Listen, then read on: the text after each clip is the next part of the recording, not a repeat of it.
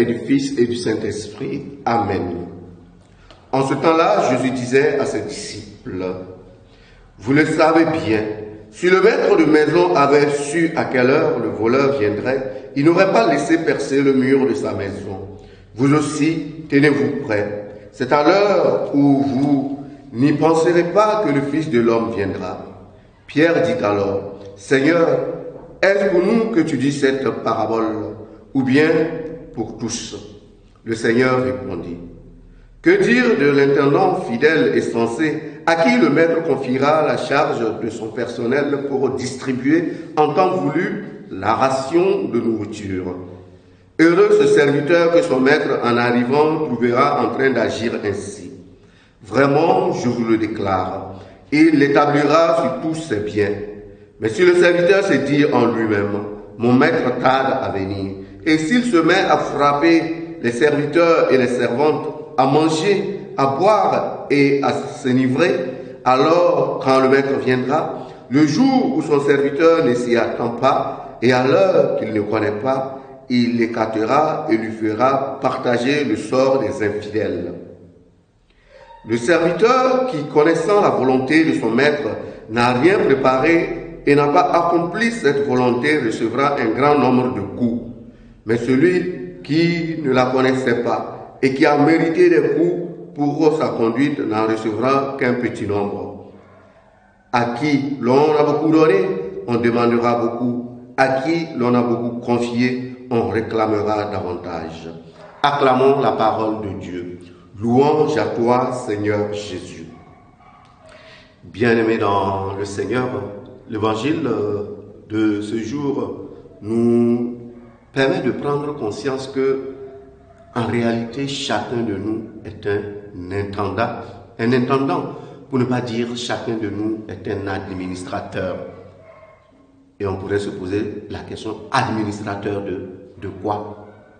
Eh bien, l'administrateur des dons gratuits que le Seigneur nous donne. Et dans ces dons gratuits, chacun de nous a un talent. Et l'évangile de ce jour, justement, nous invite à mettre ce talent au service de l'humanité. Et c'est à ce niveau-là que le Seigneur nous attend. Comment est-ce que le principe de reconnaissance que nous pouvons témoigner vers le Seigneur nous aide à nous ouvrir aux autres, nous aide à nous mettre au service des autres. Et ça doit prendre une tournure, on pourrait dire une incidence concrète sur la vie de chacun. Le Seigneur nous dit clairement, ceux à qui on a donné, on exigera beaucoup. Et je pense que pour nous chrétiens, cette parole-là doit résonner comme quelque chose de fondamental.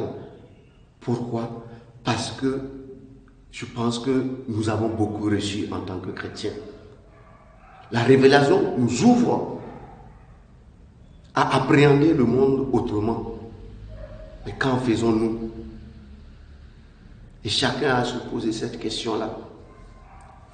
Serais-je parmi les fidèles ou parmi les infidèles de par ma vie, de par mes attitudes, de par mes relations? Parce qu'aujourd'hui, nous pouvons condamner les autres, des autres confessions, des autres religions, parfois même les marginaliser.